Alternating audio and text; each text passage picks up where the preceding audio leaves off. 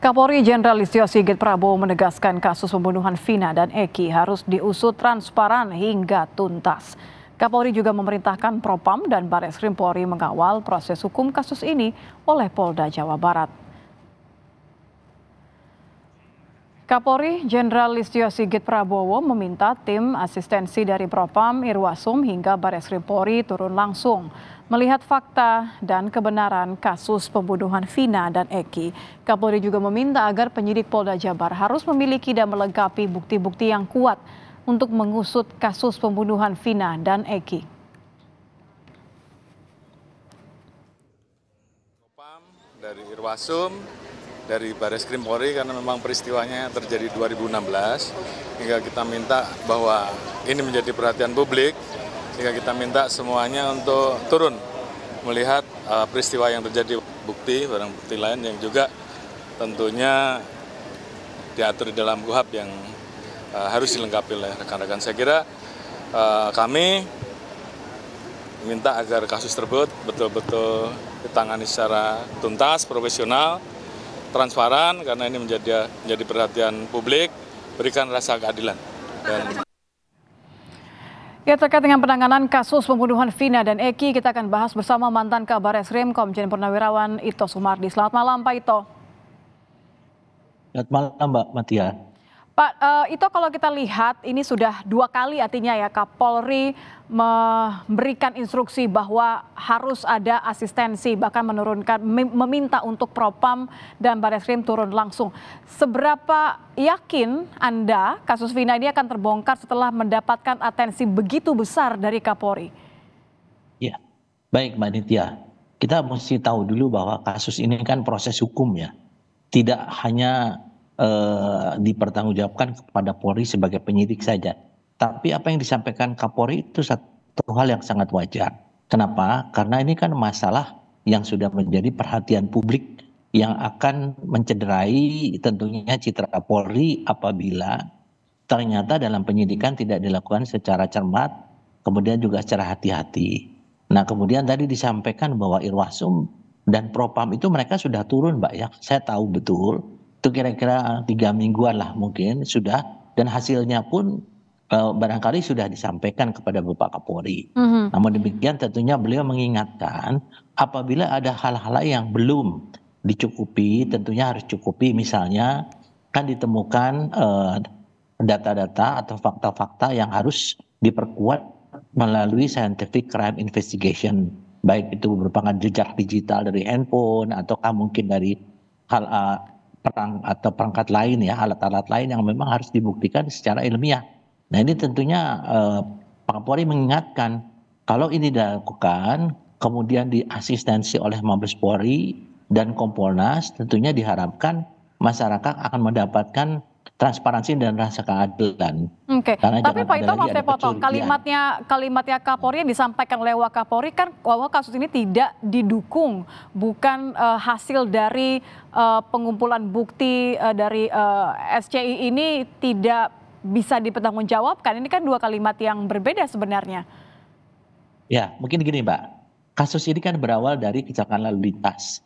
Biasanya kalau kecelakaan lalu lintas, karena saya pernah di lalu lintas juga, kita hanya melakukan visum luar.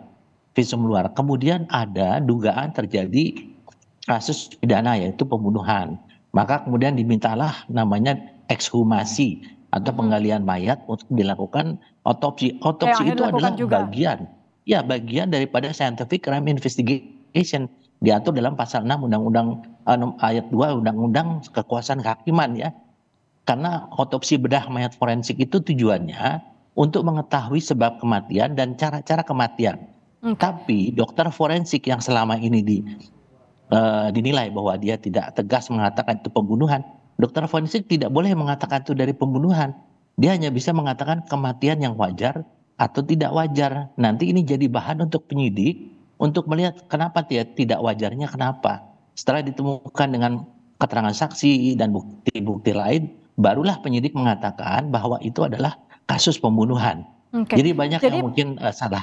Menurut Anda sangat wajar dan tidak ada prosedur yang dilanggar ketika ekshumasi dilakukan 10 hari setelah jenazah juga dimakamkan ya?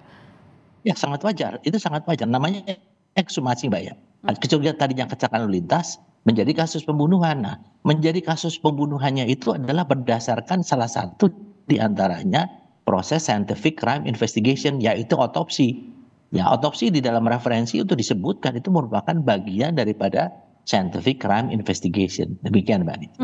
Berarti kalau pernyataan dari Kapolri ini apakah dimaknai sebagai peringatan setelahnya nih penanganan kasus ini jangan sampai tidak ditangani secara serius begitu, atau ada cara lain untuk memaknai peringatan dari Kapolri? Ya, maknanya sudah jelas. Kan Kapolri telah menyampaikan bahwa satu motonya adalah presisi ya. Jadi transparansi di sini kan banyak sekali pihak-pihak yang memiliki asumsi-asumsi yang berbeda. Penyidik juga tentunya memiliki alasan kuat ya, memiliki bukti-bukti kuat.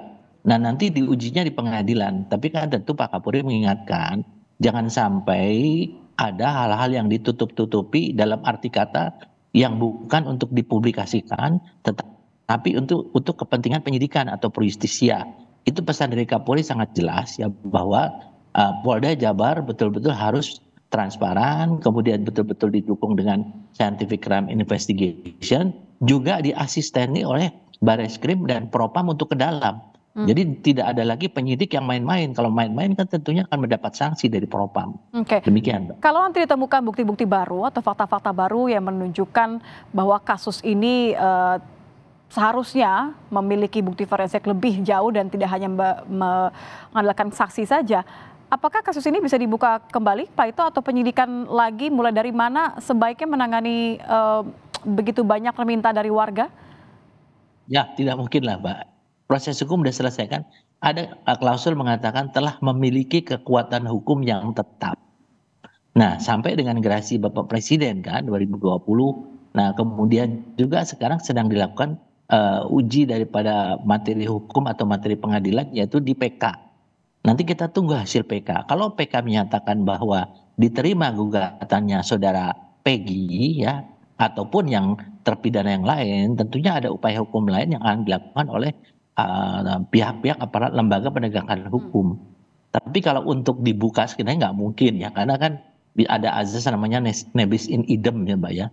Untuk kasus yang sama dibuka kembali. Kalau ada hal-hal yang ganjil pada saat lalu, kenapa pada saat lalu tidak dibawa sehingga ke ranah pengadilan? Dan kan kembali pada proses peradilan hukum pidana, ujungnya itu atau hilirnya itu kan di pengadilan. Nah, melalui proses penutupan umum kan semua ada.